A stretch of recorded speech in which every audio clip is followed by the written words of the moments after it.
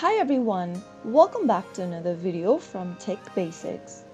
In this episode, we will be learning how to sign out of your Gumtree account. First of all, open a web browser and get to the home page of Gumtree. Simply type in gumtree.com in the URL box and then search.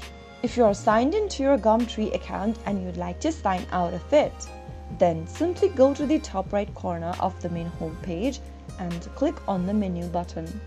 In the pop-up at the bottom, you will be able to see the logout option.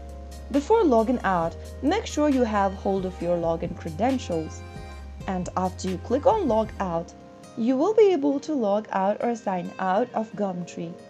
So that is how it's easily done. To log in back again, you'll need to enter your email address and password or select any other social sites that you've created your account with. So that's how you can easily sign out of Gumtree in just a couple of minutes.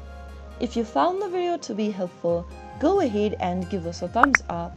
Don't forget to subscribe to the channel by hitting the subscribe button.